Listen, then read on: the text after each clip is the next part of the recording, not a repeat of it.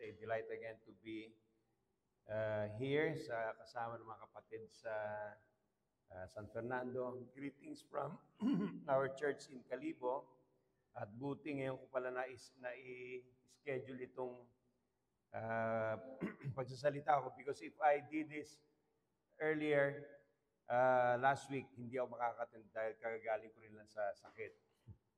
So talagang this is God's providence.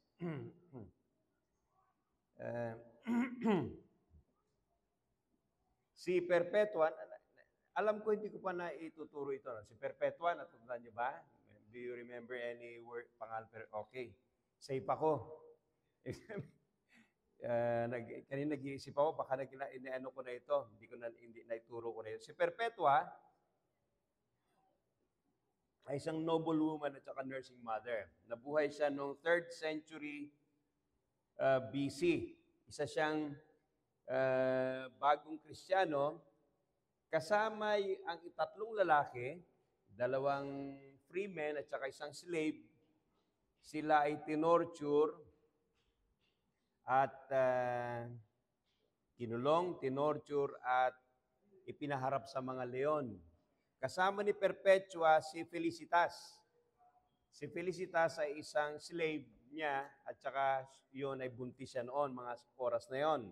Si Perpetua, noble woman, at ang kanyang slave si Felicitas, pinaharap sila sa leon because of their faith, kanilang pananampalataya. At alam niyo ba kung ilang taon siya nung siya ay humarap sa mga leon? Siya ay 22 years old lang. At bagong convert. Pero dahil yung asawa niya ay isang pagano, sabi kapag hindi ka nagbalik sa ating relihiyon, sa ating pagan religion, ikaw ay papapatay ko sa pamamagitan ng pagharap sa mga leon. But because yung threat, despite the threat, hindi siya nagbago ng pananampalataya. Samantalang bago pa lang siya sa pananampalataya, hinarap niya ang kamatayan kasama ng kanyang slave na si Felicitas na isa ring mananampalataya. Ganon sila katatapang noon. Ituturo ko sana ngayon ay matatagpo natin sa Revelation chapter 2 at ito ay yung patungkol sa iglesia, mga iglesia, 7 churches sa ngayon ay Turkey, sa Asia Minor. Katulad ng nauna, yung church sa Ephesus at saka sa Smyrna, itong church na dituturo, Pergamum, dumadanas ito ng pagsubok din. Dumadanas ito ng matinding pagsubok sa kanilang kalagitnaan dahil sila ay napapaligiran ng isang bayan na sumasamba sa mga Diyos-Diyosan. What I'm saying is, hindi ito bagamat crude yung kanilang paraan ng pag-persecute sa mga Kristiyano noon, hindi naiiba ito sa kalagayan natin ngayon bilang isa iglesia. So pag-aaralan natin itong iglesia sa Pergamum, kung kayo inimbita ko kayong basahin ang chapter 2, verse 12 hanggang 17. Ito yung mensahe ng Panginoon sa Pergamo. And by the way, yung 7 churches na ito ay sinulatan ni Apostoluan ayon sa mensahe ng Panginoong Jesus who was walking among the churches noong mga sandaling yon. Ibig sabihin, ipinapakita dito yung iba-ibang uri ng kalagayan ng iglesia. Noong mga panahong yon, may iglesia na lumalayo, may iglesia na nakikipaglaban, may iglesia na napakayaman, pero ang tingin ng Panginoon ay sobrang hirap. Kaya I think, ang bagay na mensahe sa atin dito, para sa iglesia rito sa TBC, ay itong verses 12 to 17, bagamat 1 and 2 might also apply. Depende sa ating pag-aaral ngayon. So basahin natin ang verses 12 hanggang 17 ng chapter 2 ng Apokalipsis. At sa anghel ng iglesia sa Pergamo ay sulat mo. Ang mga bagay na ito ay sinasabi ng may matalas na tabak na may 2 talim. Speaking of judgment, no? Alam ko kung saan ka na naninirahan. sa kinaroroonan ng trono ni Satanas. Ngunit iniingatan mong mabuti ang aking pangalan at hindi mo ipinagkaila ang pananampalataya mo sa akin.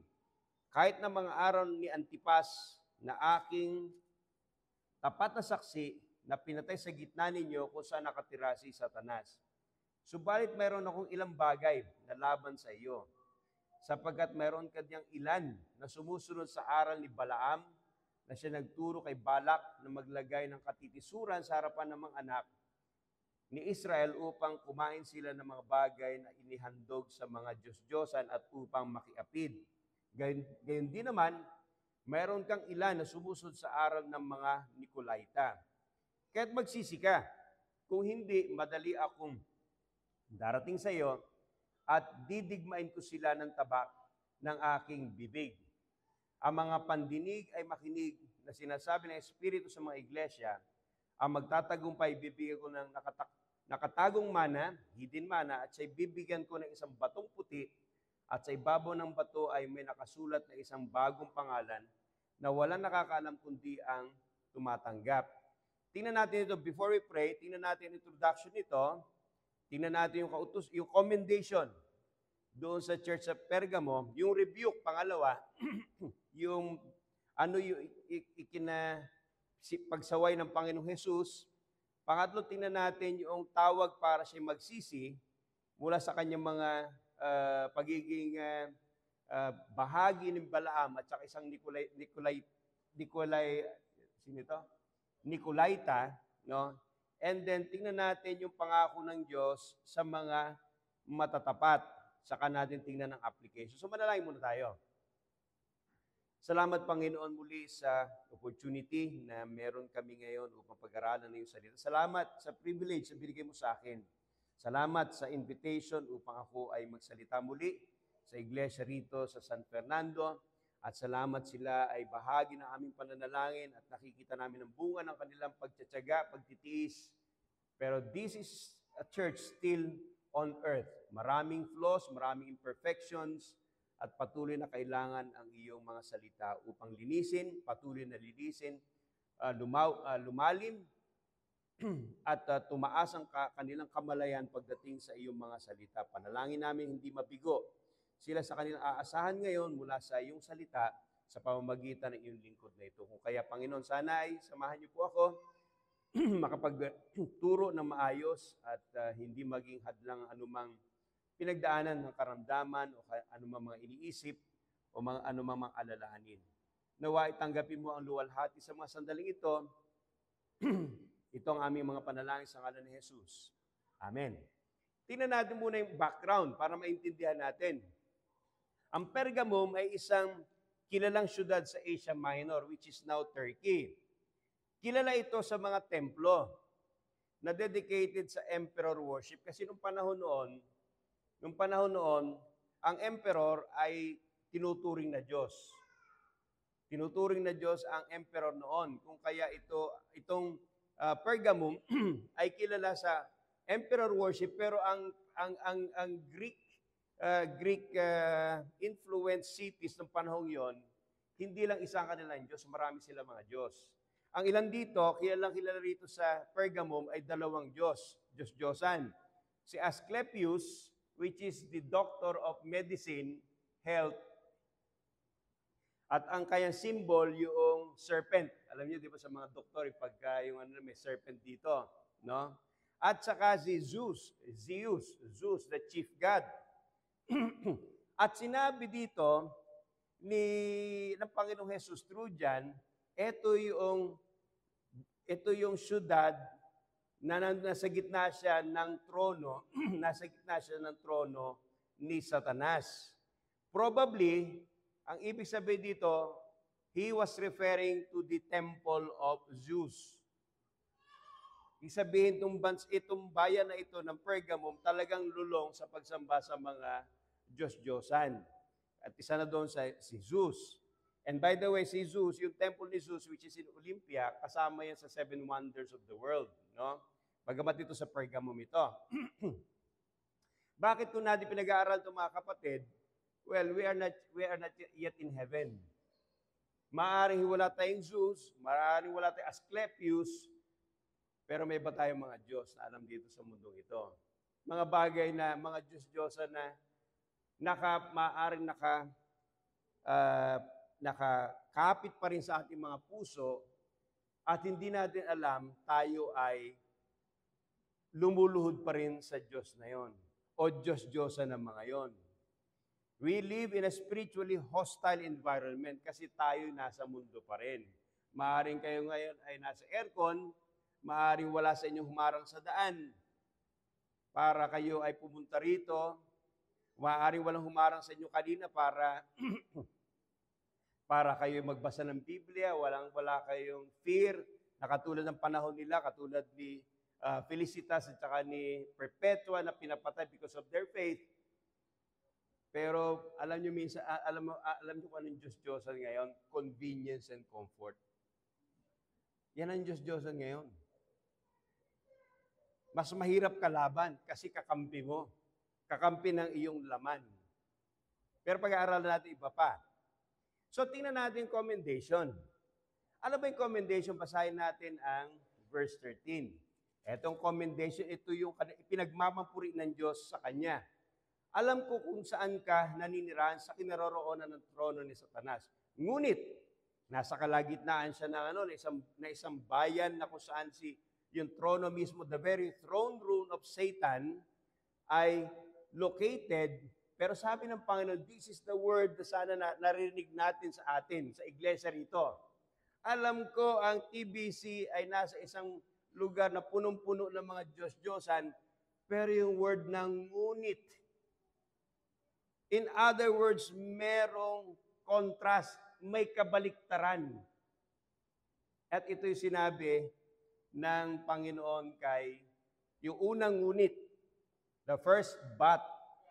Ang sabi rito, ngunit, iniingatan mong mabuti ang aking pangalan at hindi mo ipinagkaila ang pananampalataya mo sa akin kahit ng mga araw ni Antipas na aking tapat na saksi na pinatay sa gitna ninyo kung saan nakatira si Satanas. The commendation, you hold fast to my name.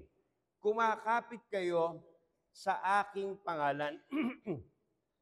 Ibig sabihin, nabubuhay sila sa isang lipunan na sila ay pinahihirapan, punong-puno ng mga Diyos-Diyosan at ang mga mananampalataya sa Pergamum kahit na sa kalagayang napakahirap, sila ay nagpapatuloy sa kanilang pananampalataya sa pangalan ni Jesus. Yung picture dito, para maintindihan natin siya, sabi, humahawak. Humahawak kayo, sabi sa verse 13, di ba? Sabi doon ay,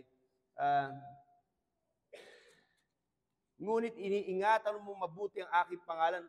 Yung iniingatan dito sinasabi, humahawak, you hold. Yung pag-iingat, tinetreasure ang ibig sabihin nun. Tinetreasure, hinahawakan, kinikip, itinatago yung pangalan ng Panginoon. Ang word na ginamit dito sa Griego, hindi lang ito yung simpleng pagtago. Merong pressure sa lipunan na siya ay tanggalin doon sa kanyang hinahawakan. Yun ang picture dito. Isipin nyo kayo, halimbawa ay isang bagay mahal na mahal ninyo at tinatanggal sa inyo, gustong kunin sa inyo. May pressure, may lakas, at lahat gagawin upang matanggal yung bagay na yun sa inyo. Ang picture dito ay yung pangalan ni Jesus, yung pananampalataya ni Jesus, ginagawa lahat ng Pergamum, ng syudad, otoridad sa Pergamum, natanggalin sa kanila yung pangalan, but they keep on holding to that name. Parang parang ina yan, na yung ina na may sanggol na kahit anong hina niya, talagang pipilitin niya yung kanyang sanggol, ay hindi mawala sa kanya. Ganon yung picture na pinapakirito. Ito ay isang picture of endurance under persecution. Yung pagtitis, yung paghawak, naalala ko tuloy yung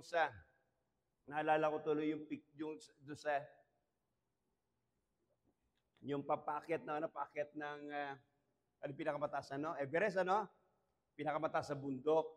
May isang nag-attempt, nalimutan ko na, I'm sorry, no? May isang nag-attempt sa isang bansa na he will be the first person na makakarating doon sa itaas. Kapag ka narating niya yun, kasabi niya, from my country, ako unang-una. Pero alam niyo nangyari, habang papaakyat siya, may nakita siyang mamamatay na sa sobrang lamig. Sa sobrang lamig, mamamatay yun kasi kailangan yung init ng katawan. So what did that person do? Kinuha niya yung taong yon, imbis na umakyat sa taas, bumaba siya at ilang oras yon, tiniis yung lamig, tiniis yung pagod, tiniis yung hirap, tiniis yung bigat ng taong yon. Nag-endure siya hanggang sa bumaba. Hindi niya kakilala itong tao ito. Siyang hadlang sa kanyang pagiging unang tao na makarating sa Everest, pero nag-endure siya. Mga kaibigan, mga kapatid, nag-endure ba kayo?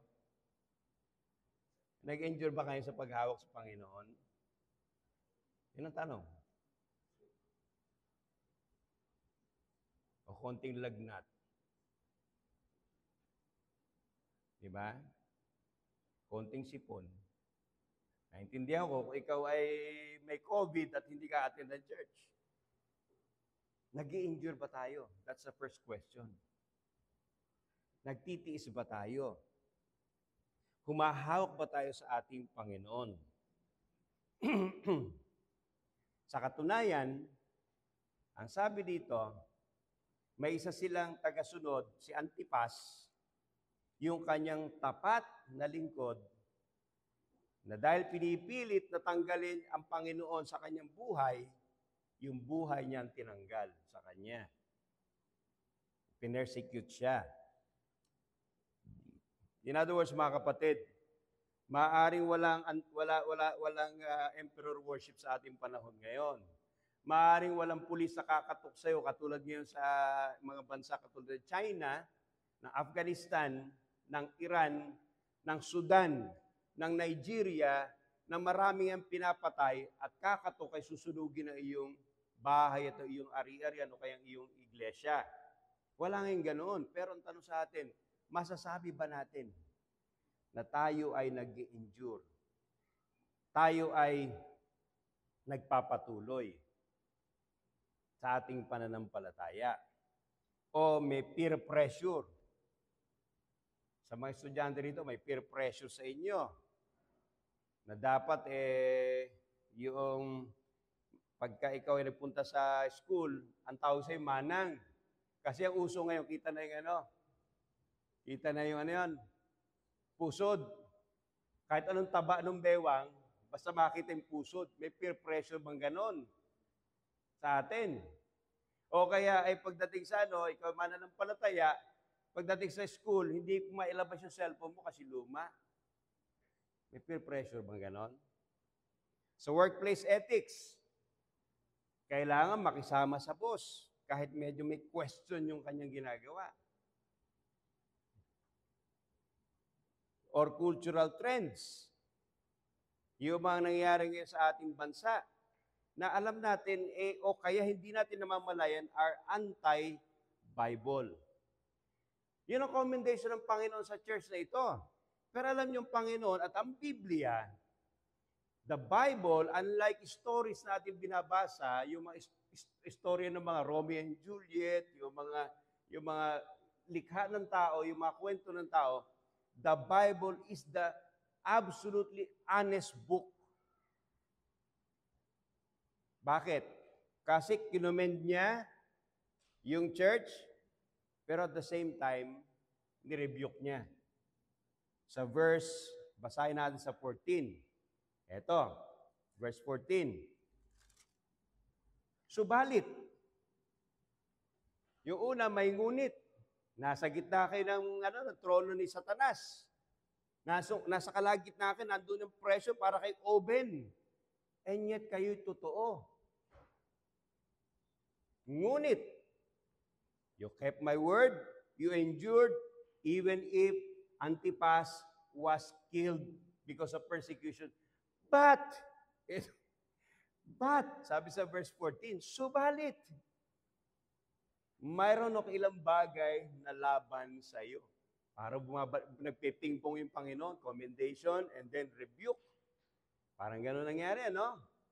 Sapagkat meron ka diyang ilan na sumusunod sa aral ni Balaam, na siyang nagturo kay Balak na maglagay ng titisuran sa harapan ng mga anak ni Israel upang kumain sila ng mga bagay na inandog sa mga Diyos-Diyosan at upang makiapid.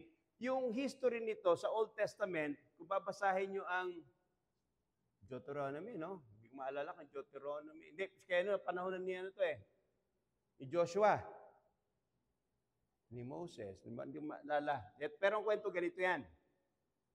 Papasok na sa Promised Land yung Israel from Egypt. At may isang hari doon, si Balak, King Balak, na ayaw niyang papasukin.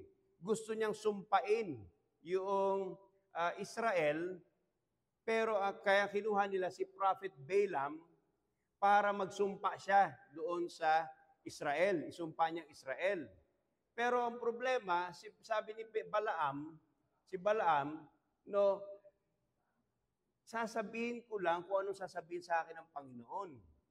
So, on 4 or 5 occasions, ang sinasabi niya, kung ano rin sinasabi sa kanya ng Panginoon, nagagalit niya si Balak, Haring Balak, nagagalit niya sa kanya sa iba-ibang anggulo ng Israel, noong mga sandalig yon. Sabi, isumpa mo. Yung kanyang bibig, hindi niya masabi yung pagsusumpa dahil nga he was under the influence of the Spirit para i-bless ang Israel. And for 4 or 5 occasions, bless yung Israel. So sabi ni Balaam, ganito na lang gawin nyo. Magpadala kayo ng mga babae doon sa Israel, tapos inyong akitin yung mga lalaki para isumpa ng Panginoon yung Israel. And that's what they did. Yan ang ginawa ni Balak, nagpadala siya ng mga babae doon, magagandang babae, at sa katunayan, may isa doon pinatay na magkasama pa sila ng isang anak ng pari. Because natagpuan sila doon sa tent ng Israelita na yon, na nagkakaroon sila ng relasyon. And Israel was cursed, was punished by God because of this. Ang ibig sabihin nito, mga kaibigan, mga kapatid, ibig sabihin nito, kahit papaano tapat sila, pero kahit papaano may compromises na ginawa. Meron silang pagko-compromise na ginawa. Sa Numbers pala yon, no?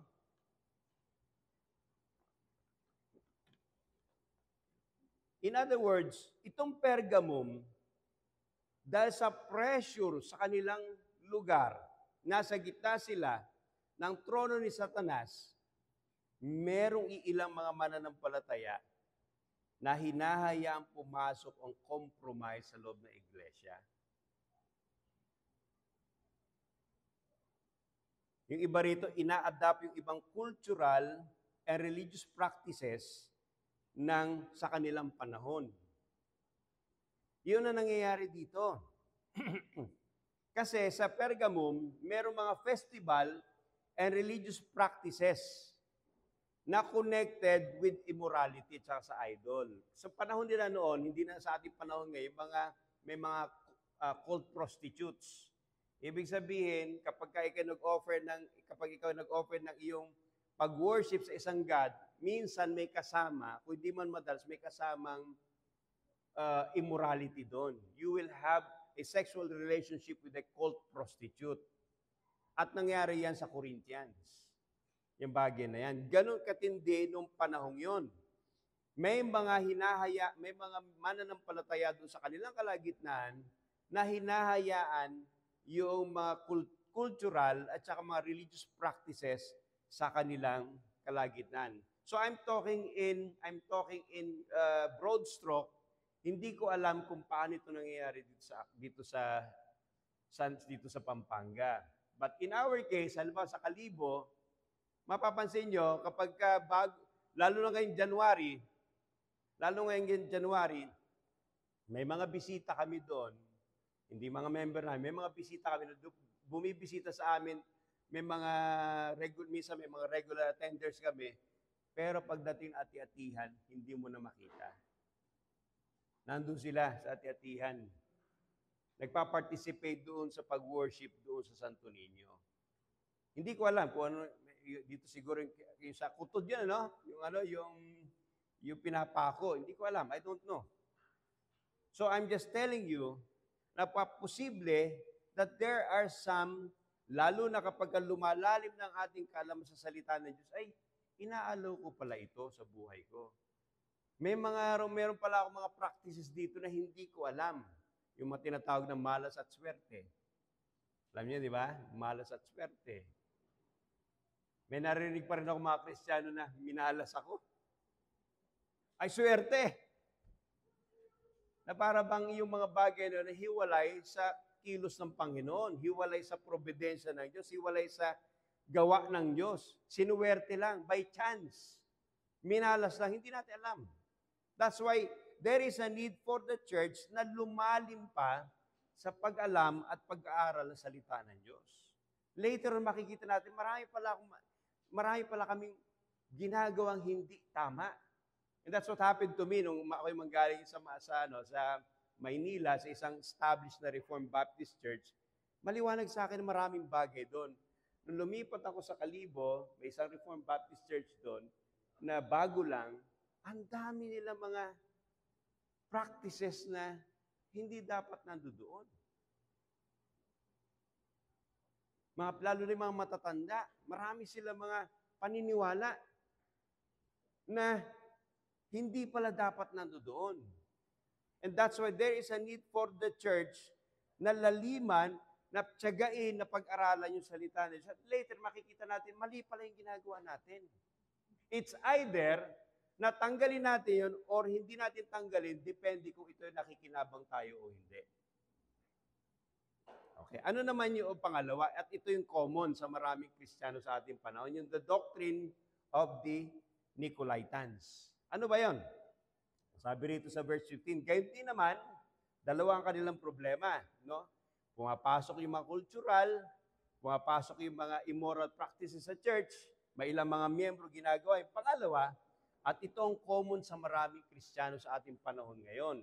Ano yon? Sabi rito, gayon din naman, mayroon kang ilan na sumusunod sa aral ng mga Nicolaita. Ano ba itong aral ni Nicolaita?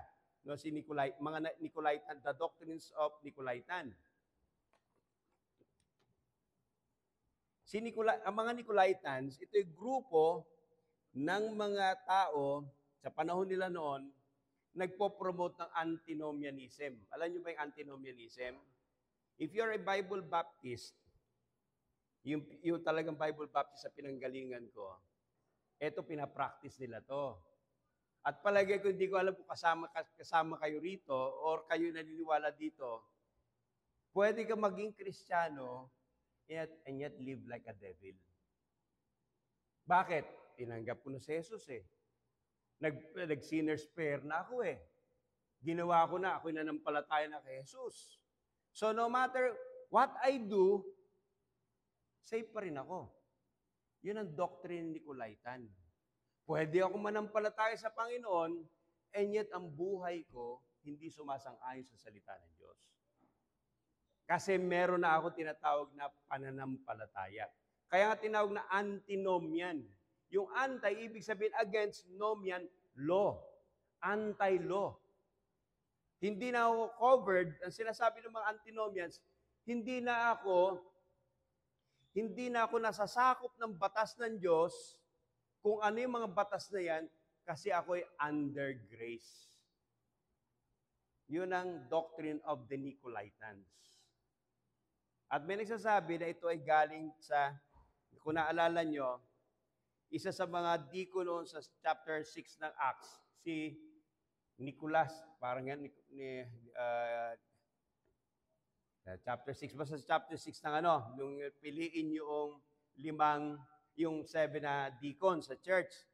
At sinasabi, base sa tradition, hindi ito confirmed. No, si Nicolas, isa sa mga deacons sa Acts chapter 6, isang proselyte. Ibig sabihin, hindi siya talaga Hudyo. Siya ay, siya ay isang pagano na naging Hudyo, tapos nag-convert sa Christianity nung siya ay maging bahagi ng iglesia sa Jerusalem.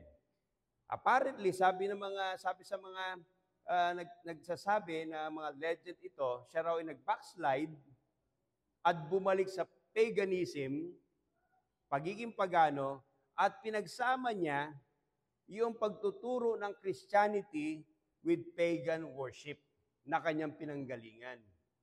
Kaya Nicolaitans, ibig sabihin nito, gusto ko maging Kristiyano, pero gusto ko pa rin enjoy yung kasalanan ko. At maraming ganun sa ating panahon ngayon. I was a product of that belief nung ako ay pumasok sa isang church. Nasabi sa akin, ikaw ba'y nanampalataya na? Oo. Nag-sinner's prayer ka na ba? Oo. Naniniwala ka bang ligtas ka na? Oo. O di, ligtas ka na. So anong ginawa ko? Di nabuhay ako ayos sa gusto ko. I profess to be a believer, but I live like a devil. Ito yun. Ito yung Nicolaitans. No? Pansinin natin, mga kaibigan, mga kapatid, itong dalawang grupong ito, hindi ito yung buong church. Napansin nyo? Hindi yung buong church. May commendation nga, tapat nga sila.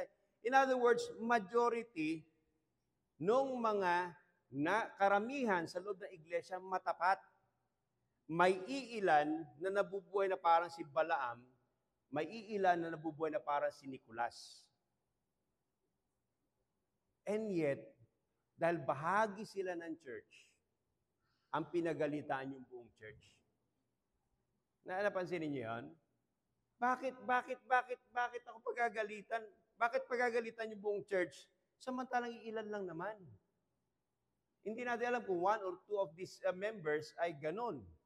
Hindi substantial. Definitely yung buong church, kung titingnan mo ang kabuuan, ay talagang tapat siya.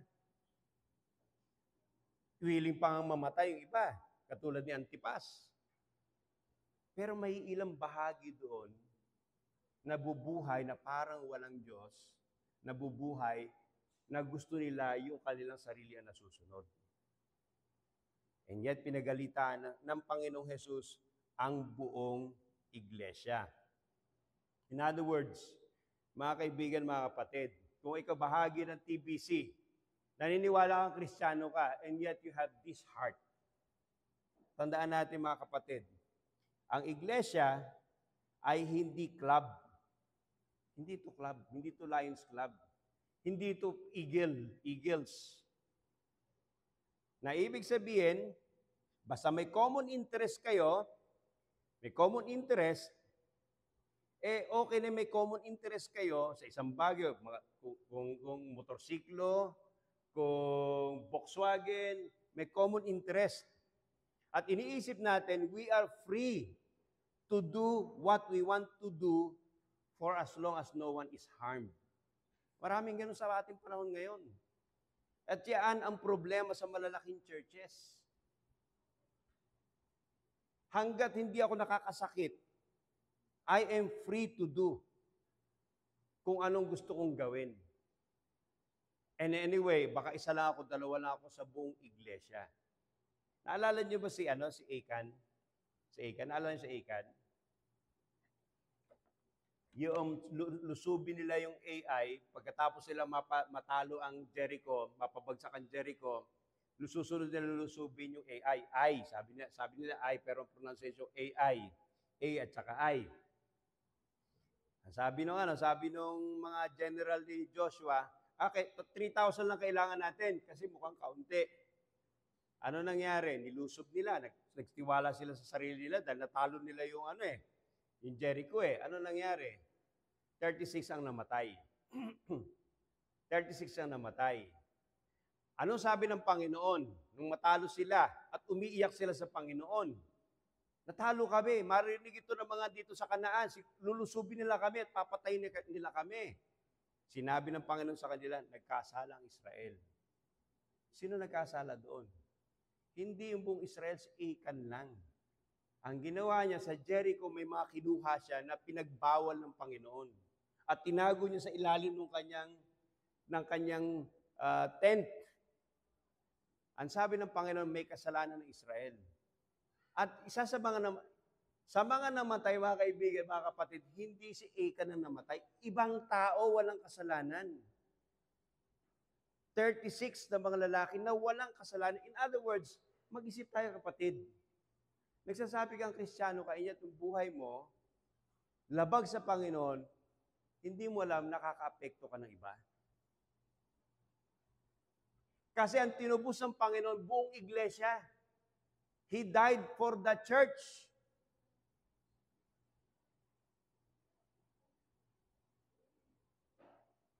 Yung may kasalanan si Achan, yung pamilya niya buhay.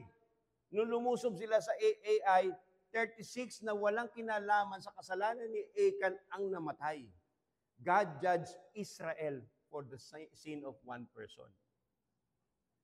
So, nung patayin si Achan, sino kasama niya? Kanyang pamilya. Pinagbabato sila. In other words, mag-isip tayo mga kapatid, yung ating action may consequence. Maaaring hindi sa'yo, pero sa pamilya mo, sa iglesia mo. Parang ngayon, situation natin ngayon. Ano ba situation natin ngayon? Yung gumawa ng kasalanan na nagnako sa kaban ng bayan, walang namatay sa kanila. Sino namatay? Nandun, nakadala doon sa mga nakatira sa ilog, malapit sa dagat. Walang kinalaman. In other words, we cannot afford to be lax with our morality. Hindi tayo dapat, kala natin is okay lang yan. We don't know. Seryoso ba tayo sa ating Christianity? Yun ang sinasabi rito ng Panginoong Jesus. Are you serious with being a believer?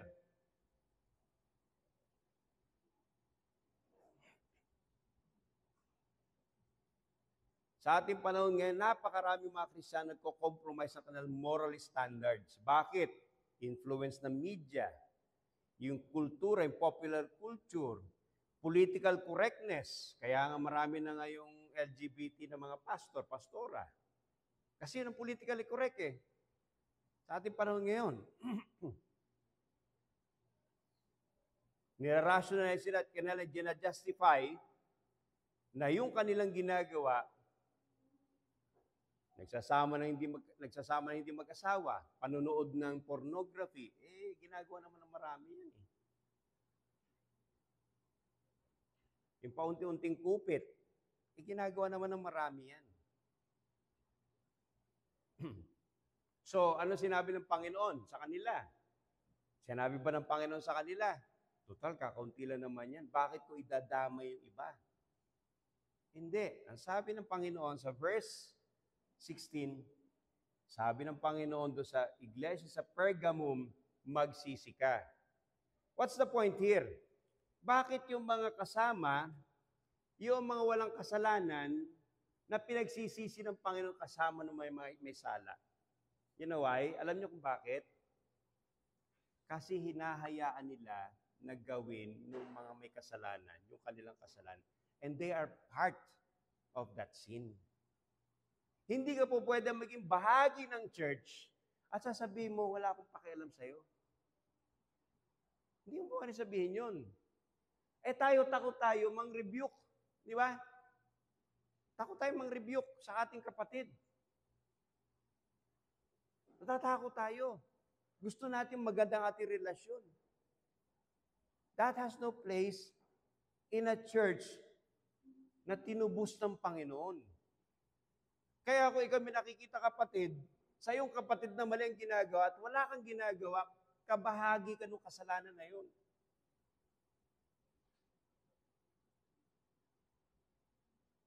Ikaw yung magiging bato para yung barko ay lumubog.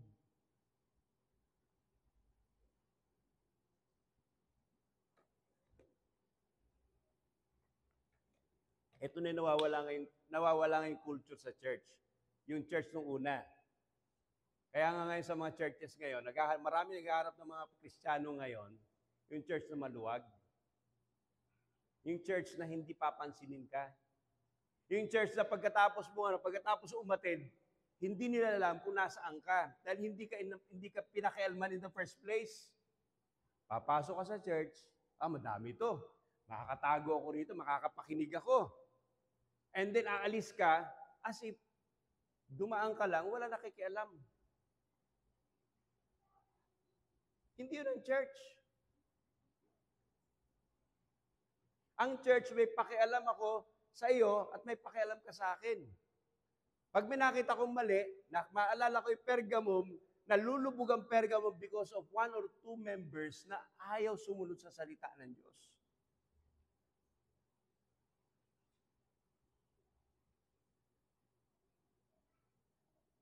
Hindi ko alam hindi ko alam yung problema, kung ano ang pinaka-problema ng church ngayon. But definitely all churches, each church has its own problem. Iba yung problema namin doon sa problema ninyo rito. So that's why this situation sa Pergamum, applicable sa inyo, applicable din sa amin, sa iglesia namin doon sa Kalibo. So ano sabi ng Panginoon sa iglesyang ito? Repent. Repent. Magsisi kayo. In other words, turn from compromise. Bakit? Yung repent, sabi niya, I will come to you quickly and fight against them with the sword of my mouth.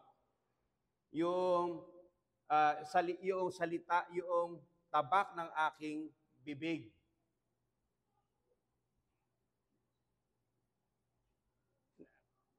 Sometimes, iniisip natin, ang salita lang yan. It will not hurt me. Pero alam niyo ba, na mas malalim ang sugat na nililikha ng salita kaysa sa actual na pananakit? Alam niyo ba yan? May mga sinabi ako sa aking anak na hindi ko alam, masakit pala. Na after 10 years, 20 years, hindi niya na maalala yung palo, ang naalala niya yung sinabi ko na masakit. And because ito'y salita lang, because these are only words, maraming mga Kristiyano sa ating parang binabaliwala. Words lang naman yun eh. Wala namang actual sword. Wala namang actual na tabak. Hindi naman ako mamamatay. Yun ang danger sa ating panahon ngayon. That's why many churches and many Christians are not serious with their faith. Hindi seryoso sa kanilang pananampalataya.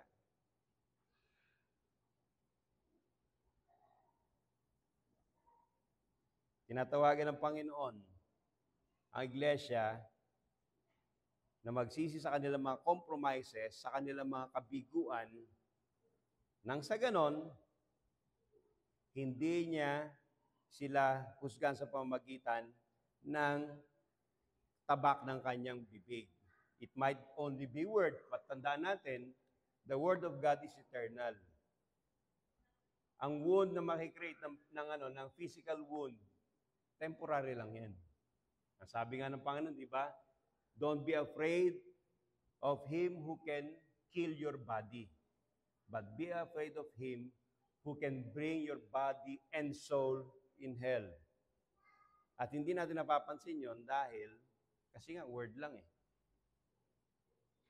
Word lang. So, in other words, mga kapatid, no? Compromises are not small matters in the eyes of God.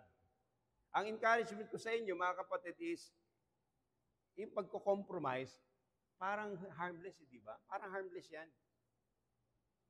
Konting compromise dito, konting compromise doon. Harmless yan. Sa tingin natin. Para sa atin, okay lang yan. Pero ang Panginoon mismo, Christ hated compromises. At yung hate niya rito is burned with burning hatred. Hindi ito yung naiinis lang siya. May burning hatred siya sa compromises. Now, it's time for us to discover kung ano yon. Maaaring ginagawa natin ito unconsciously, hindi natin alam, in which case the grace of God is overflowing para sa iyo, para sa akin. O ginagawa natin ito consciously, then we need to repent. Dahil regardless of whether it is consciously or not conscious or consciously, bumubuhos pa rin ang biyaya ng Panginoon. Kaya nga ang insentibo sa atin kung tayo magpapatuloy sa pananampalataya, sa verse 17 may dalawang bagay. Ang sabi dito sa verse 17, at dito tayo malapit na magtapos, ang may pandinig ay makinig. Nakakapagtaka, no? Nakakapagtaka na, no? Naalala ko yung anak ko, isa sa mga anak ko, lalo na yung bunso. Pag tinatawag ko siya, alam naman yung pangalan niya.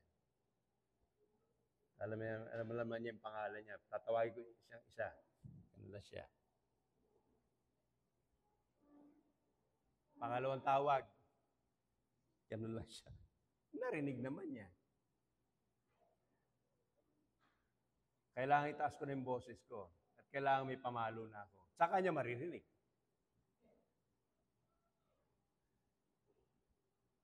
Bakit sinabi ng Panginoon dito, ng Panginoong Jesus, ang may pandinig ay makinig? Bakit? Kasi yung judgment, mga kapatid, nagsisimula yun sa pakikinig. Narinig mo ngayon, and either you choose na yun ay baliwalain, palampasin, pero pumasok na eh. Pumasok na. At pinalabas mo ron, it doesn't matter. Judgment begins when you hear the word of God.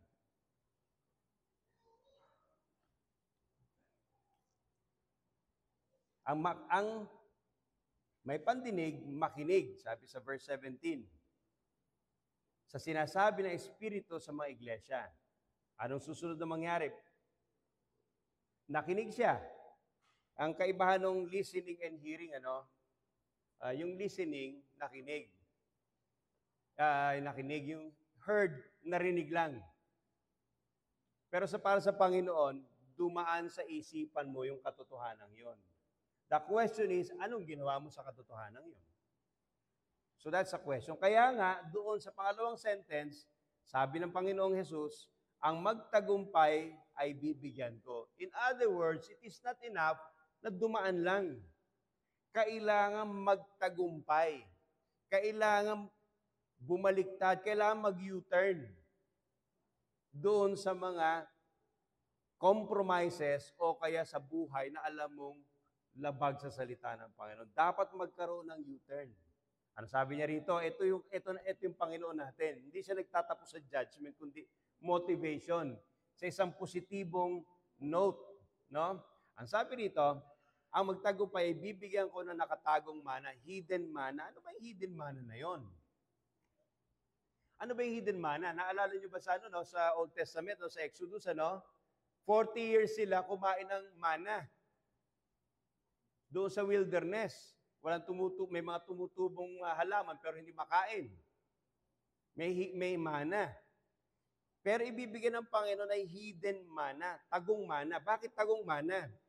Kasi, mga kapatid, sa buong iglesia, nagbubuhos ang Panginoon ng mana sa pamamagitan ng kanyang salita. Pero hindi lahat makakatanggap nung nourishment na nanggagaling sa hidden mana. Siya lang na nakikinig. Siya lang na gumagawa. Siya lang na isinasagawa yung kanyang naririnig. Kaya ito hidden kasi nakatago ito kahit napakarami nito sa loob ng iglesia. Punong-puno ang mga miyembro, punong-puno ang lahat na makinig sa salita ng Diyos. Yung hidden mana, yung nourishment, ibinibigay lang yon sa tumatanggap at gumagawa ayon sa kanilang narinig. Bigyan ko yung halimbawa. Sa church namin dati, may mga miyembro na umalis na. Matatagal na. Matatagal na yung mga umalis na, medyo matatagal na yon. Kahit anong turo ng pastor namin, kahit anong turo niya, kahit anong siya, pare-pareho kami naririnig. Pare-pareho kami napapakinggan. Pero ano nangyari sa kanila? Paulit-ulit yung kasalanan ginagawa nila.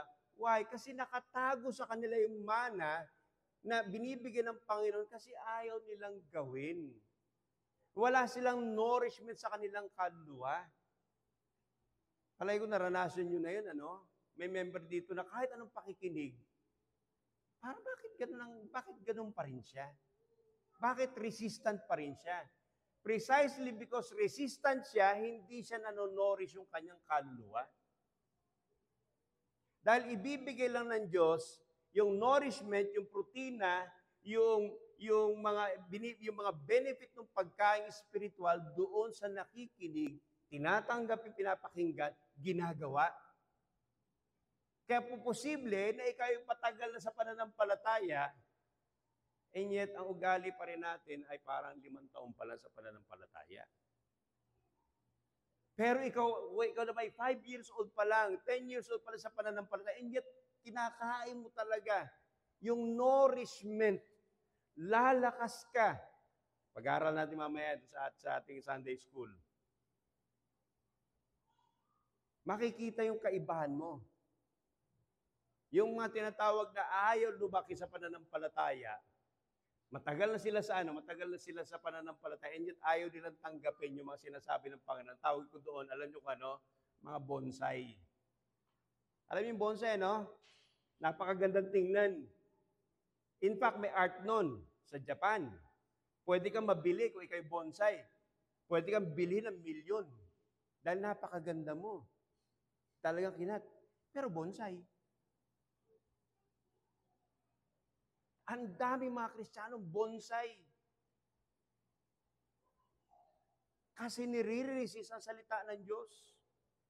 Pag tinatama ng isang parte ng kanilang buhay, ayaw na nila.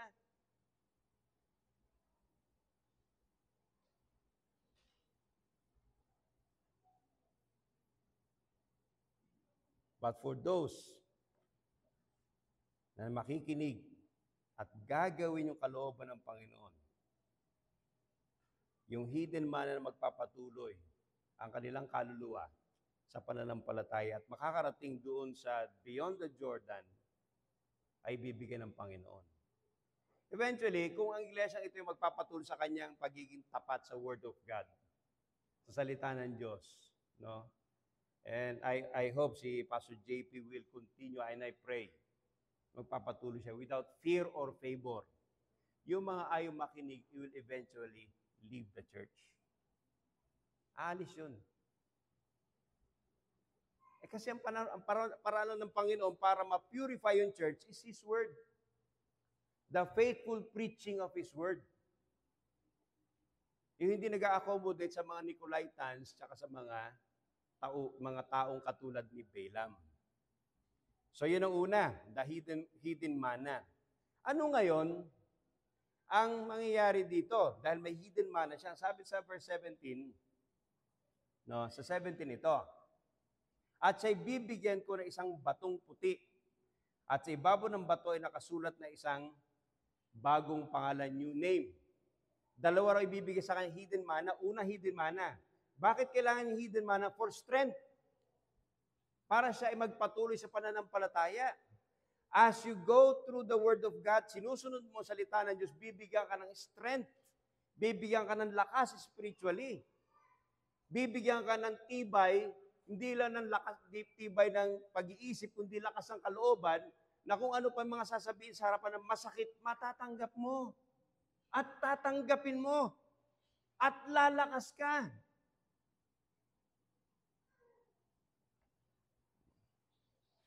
At dahil lalakas ka, in other words, ikaw ay pagkakalooban ng puting bato. Sa ancient times, yung puting bato ay symbol ng akwital.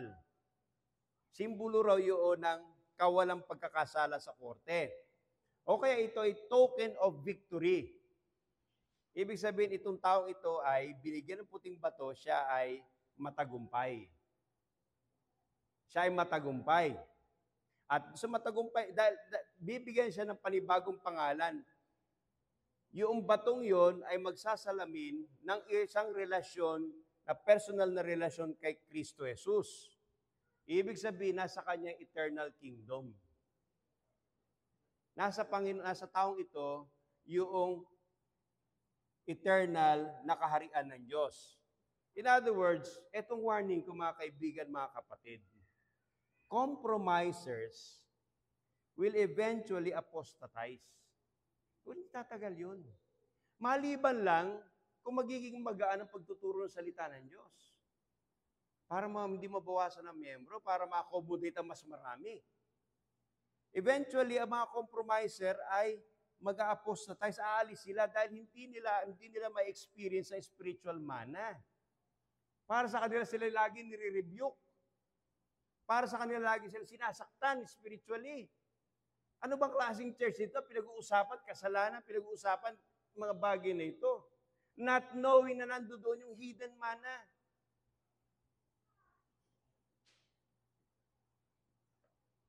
Kaya sana hindi maging Joel Austin Church ito. Wala kundi, kayo ay pagpapalain, ikaw ay special sa harapan ng Diyos, kayo ay ganito. Sana hindi magkaganon. Kawawa ang church na to.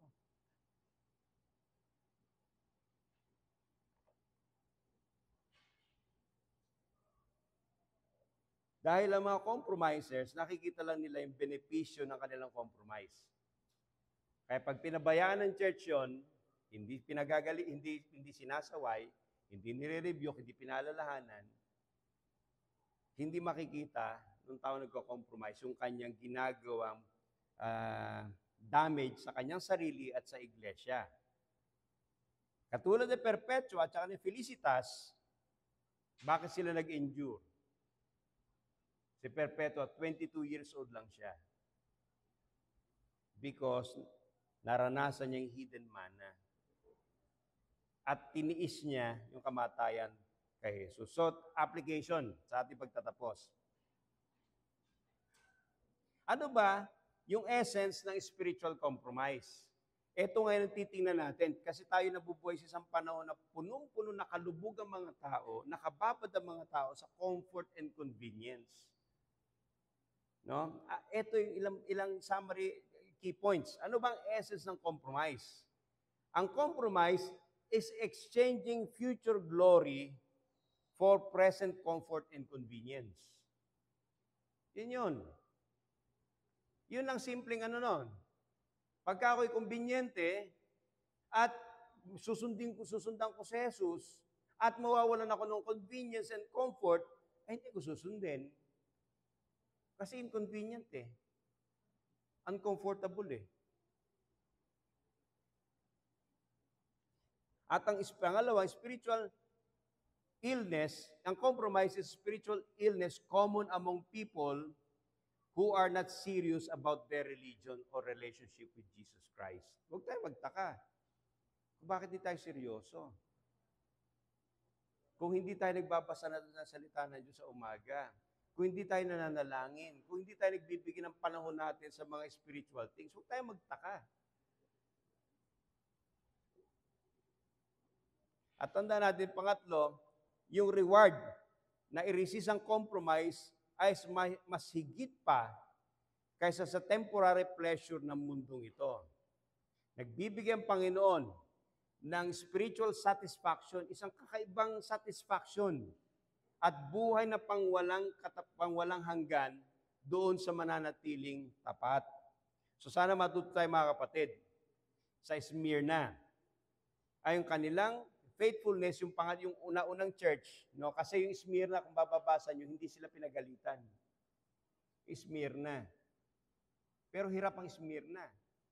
Hirap siya financially. Hirap siya pero hindi siya pinagalitan ng Panginoong Jesus. Yung faithfulness niya ay connected palagi sa matibay na relasyon sa Panginoong Jesus. Kaya ang question palagi sa atin, is our relationship with the Lord Jesus Christ that strong? O may ibang humahatak sa atin? Mga kaibigan dito, as I end this lesson, mga kaibigan, mga bisita, ano ang pumipigil sa iyo para lumapit kay Jesus? Anong pumipigil sa iyo? Anong pumipigil sa iyo para mag-commit na yung sarili sa Panginoong Jesus? Definitely, ang diablo, hindi siya mag-offer ng isang bagay na hindi mo gusto ngayon. Huwag ka lang mag-commit sa ating Panginoong Jesus. Pero sabi nga ng Panginoong Jesus, what shall it profit a man if he gains the whole world, nasa kanyang buong mundo, malampasan niya yung, marating niya yung katulad ni Elon Musk, the first possible trillionaire sa buong mundo, and yet wala naman yung kaluluwa niya. Katulad yung meditation kanina, di ba? Ano sabi sa meditation kanina sa 1 Timothy 6:6? Ano yun? Ulitin natin. Sabi doon, yung godliness with contentment is hindi lang gain, great gain. Ang sabi naman ng Panginoong Jesus, what shall it profit a man if he gains the whole world but loses his soul? In other words, mga kapatid, ang tunay na yung dakilang kapakinabangan na masigit pa sa buong mundong ito, matatagpuan lang sa relasyon kay Jesus. Bibigyan ka ng temporary pleasure, pero hindi magtatagal yan. It could be sa negosyo mo, sa iyong trabaho, sa iyong relasyon, sa iyong mga possession, maaaring yan ang pumipigil sa iyo. Pero temporary lang yun. Kahit pa ilagay natin, you will have 1% of the world. At mararating na yun ni Musk. Mararating na niyang 1% ng mundo kanya na. Pero pakinabang nun. Si Solomon had 700 wives and 300 concubines. Yung pinakamimiti ng maraming kalalakihan sa ating mundo, maraming babae. Ano nangyari sa kanya? At the end of Ecclesiastes, nagsasalita na siya doon. Wala makakasatisfy sa iyo, kaibigan. Walang tunay na makakasatisfy sa iyo but having a relationship with the Lord Jesus Christ. Wala na. Lagi ina-emphasize dito sa harapan yan. At sana kayo'y pumunta sa Kanya, isuko niyo buhay sa Kanya. Wala akong kilalang genuine Christian sa buong buhay ko at sa history, nagsisi siya, naging Kristiyano siya. Pero hindi ko na mabilang sa kamay ko at sa kasaysayan ang nagsisi nang mamatay silang walang Panginoon. Saan ka doon sa dalawa? Kay Kristo o sa mga magsisisi? Sana piliin mo ang pagkakaroon ng relasyon sa ating Panginoong Yesus. Manalangin tayo. Salamat, Panginoon, sa iyong salita at panalangin namin. Mahina man ang pagpapahayag. Hiniling pa rin namin, ikaw magpalakas ito sa puso ng bawat isa. Tulungan mo ang church dito sa San Fernando, na siya ay maliit man, and yet napakalakas ang kanyang liwanag dahil sa purity ng kanilang relasyon kay Jesucristo. There are so many churches now. Maraming malalaki, maraming mga sikat, maraming mga popular. Pero sa iyong harapan, those things don't matter. Ang importante sa iyo ay katapatan ng relasyon sa aming Panginoong Hesus. Panalangin namin na sana nga matagpuan ang iglesia dito, ang The Grace of God Church, na tapat siya sa aming Panginoong Hesus. At masasabi ng aming Panginoong Hesus sa pagpunta ng mga miyembro ng iglesia ito sa harapan niya pagdating ng panahon, welcome. Enter into the rest. Enter into the glory of your Master. Lord, sana yun ang aming mitiin. Wala nang iba pa. At panalangin din namin ang mga kaibigan, give them divine common sense Piliin nila ang eternal life with the Lord Jesus Christ kaysa sa temporary pleasure ng mundong ito. Lahat na ito ay aming pinapanalangin sa ngalan ni Jesus. Amen.